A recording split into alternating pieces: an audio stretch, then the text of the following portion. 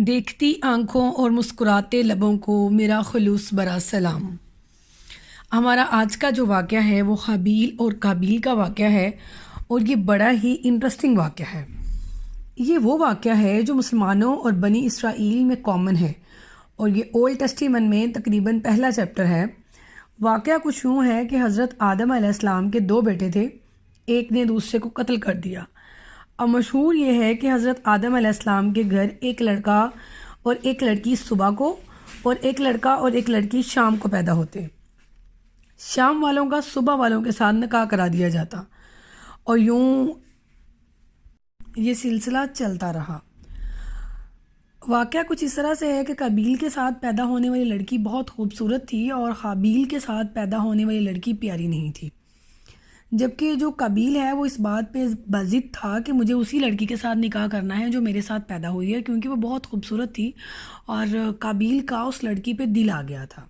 لیکن according to role اس کی شادی نہیں ہو سکتی تھی اس کے ساتھ۔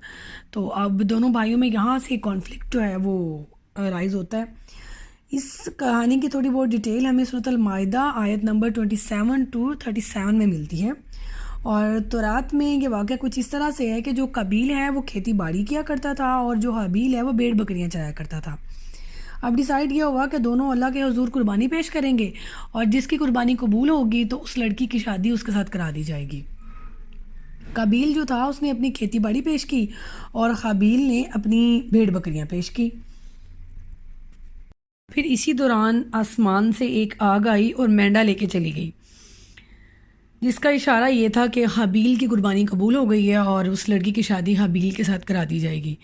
لیکن قابیل جو ہے اس کو یہ بات بالکل ناگوار گزری، اور اللہ کا اشارہ ملنے کے باوجود وہ اس بات پہ بضد تھا کہ اس کو اسی لڑکی سے شادی کرنی ہے۔ اس نے غصے میں آ کر حابیل سے کہا کہ میں تمہیں قتل کر دوں گا۔ تو حابیل نے کہا کہ کیوں نہیں، اور اللہ تو بس پرہیزگاروں کی قربانی قبول کرتے ہیں۔ اور یوں قابیل نے اپنے ہی بھائی حابیل کو قتل کر دیا، اور یہ روئے زمین پر پہلا قتل تھا۔ اور قتل کرنے کے بعد اس کو یہ بات سمجھ میں نہ آئی کہ اب میں لاش کو کیسے ٹھکانے لگاؤں، تو اس نے قریب میں دیکھا کہ ایک کوا دوسرے کوے کو زمین میں دفنا رہا ہے، اور اسی طریقے سے پھر اس نے اپنے بھائی کو دفنا دیا۔